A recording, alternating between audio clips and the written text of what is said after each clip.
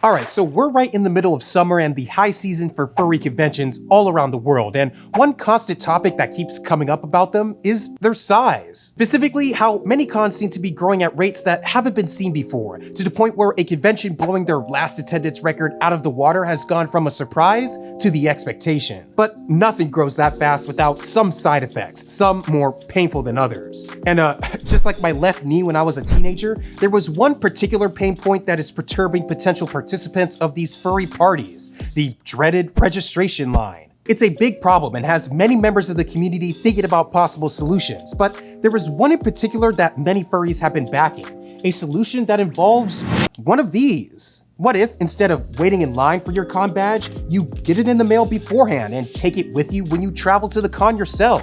Now there's no line to worry about. You could start your con as soon as you get there. Sounds good, right? Maybe even too good to be true? Well, let's talk about this idea of mailing con badges beforehand and try to find out how viable this solution is. Because dropping your badge off in one of these and sending it to your address is a lot more complicated than it might seem. Let me explain. And let's start by looking at the core issue we're trying to solve here, the furry convention registration line. Here's a brief overview on how they work. At any furry convention, you need a badge to attend any of the events happening inside the con space. To get that badge, you need to be registered for the con itself, and you can pick up your badge at a designated registration location. There are two ways you can get this badge. One, you can pre-register, where you pay for your badge online and simply pick it up once you arrive, or you can register on site, where you pay for your badge when you arrive at the con itself. These days, most people I know pre-reg because there's typically a decent discount for doing so, but no matter how you do your registration, the bottleneck that everyone has to go through is picking up the badge on site when you arrive. And it's pretty easy to see the scaling issue here. Registration is unique because it's something that literally everyone who attends the con has to go through, and they also have to go through it before they do anything else at the con as well. This is why the wait for registration probably feels longer or more tedious to go through than any other line at a con. It's funny because empirically, even if you wait in line for, let's say, 5 hours just as a worst case scenario,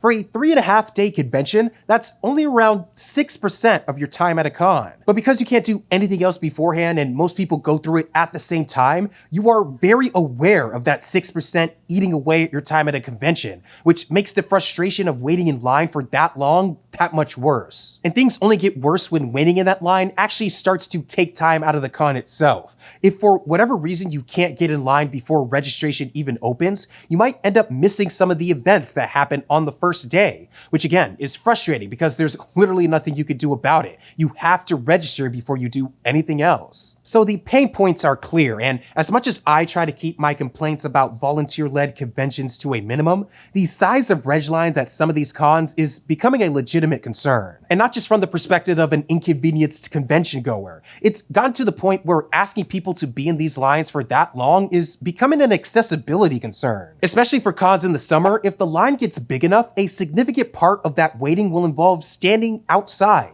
which is a struggle for everyone but can be especially burdensome for those with accessibility concerns, visible or hidden. And even despite that, the current ways of getting around this aren't ideal either. A common way to avoid the worst of the lines is to pay for a higher sponsorship level, which usually comes with a shorter priority line at large events, including registration. It's a quick patch, but A, not everyone appreciates this pay-to-win approach, and B, if everyone starts doing that, we're back to square one with the lines being long. You could also purposely not pre-reg, which is an interesting strategy because it will be more expensive, but if you're like me and believe that time is money, you might be fine paying more for waiting less in line. Or you could do what a lot of people have started doing and just wait a day before getting your badge, but that also assumes you don't want to do anything on the first day, which may not be the case for everyone at every convention. So it is worth exploring any and all ways to address this problem in a way that is as fair as possible. And the idea that has had the most vocal support behind it is that if you pre-register, the con will mail your badge out to you beforehand, and you just bring that with you when traveling to the con.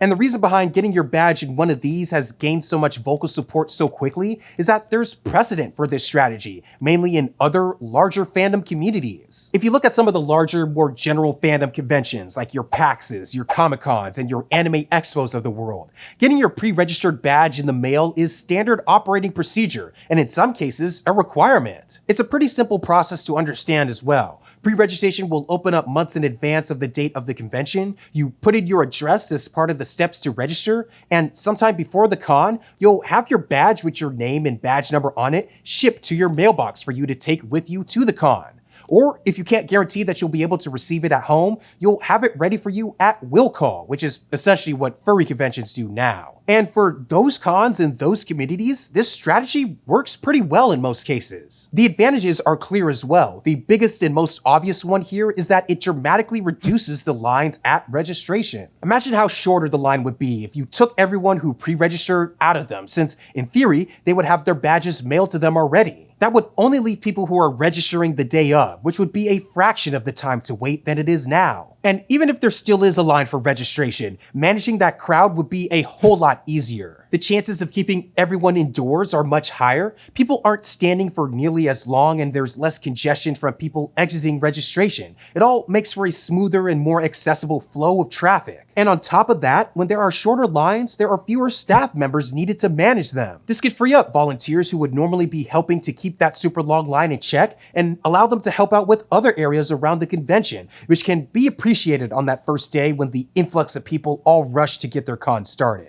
So, I don't know about you, but by the looks of it, this seems like a win-win, right? You could take the whole process of getting people's badges out of the con space and use the postal service as the means of distributing badges to congoers. And yeah, it does sound good. However, the more you think about what that seemingly simple solution entails, you start to see that it has its own set of compromises and complexities as well. For starters, while it might be more simple for us as badge recipients, mailing badges out to upwards of tens of thousands of people isn't nearly as straightforward. Doing so would involve developing a system that can process the pre-registered attendees, print their badges out, package them up, and mail them all around the world. Not only is mailing even something as simple as a plastic badge not cheap, printing out a badge and putting it in an envelope to be mailed takes a lot more time and energy than checking a spreadsheet and walking a badge to someone in line. Also, this is all assuming that the postal service of choice works perfectly for everyone, which is something that cannot be guaranteed. This can be especially problematic for international attendees, where their badges have to be processed by mail border patrol before being sent to their final destination. This again costs extra time and money, and to manage anything that goes wrong, cons will have to set up some sort of backup system at the con itself to help those whose badges were lost, undelivered, or damaged during transit, or any last-minute changes that need to be accounted for as well. But the biggest cause for concern that mailing badges out beforehand has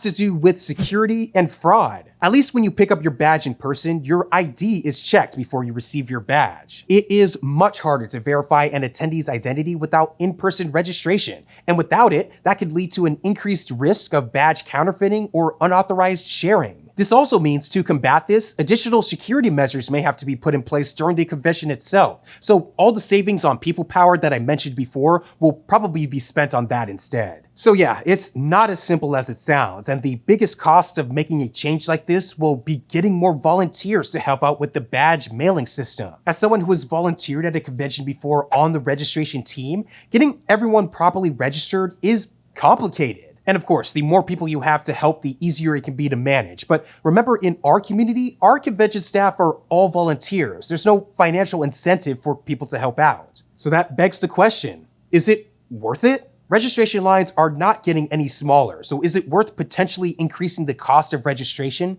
developing a brand new system to handle mailed convention badges, and dedicating more people hours to getting people's badges to their homes beforehand? This is a question that I sat with for a while, and the more I thought about it, it honestly might be, though it also probably isn't the magic single solution that everyone is hoping that it is. In fact, I wouldn't be surprised if it's part of many potential solutions that conventions give a try. Because while this has the loudest support, there are other good ideas to help solve this issue, including opening up registration earlier in the day, or even a whole day before the con starts. And let's say we do stick with in-person registration. There are ways to manage these lines efficiently. In fact, other large cons in the fandom already do a pretty good job with this. And just like everything else in this fandom, you could get pretty creative with it. You could split the location of registration amongst many smaller locations to help redistribute everyone around. You can even do something crazy like inline registration, where someone walks around with a mobile device confirming people's ID and has a badge runner grab multiple badges at once and distribute them at the same time to people in line,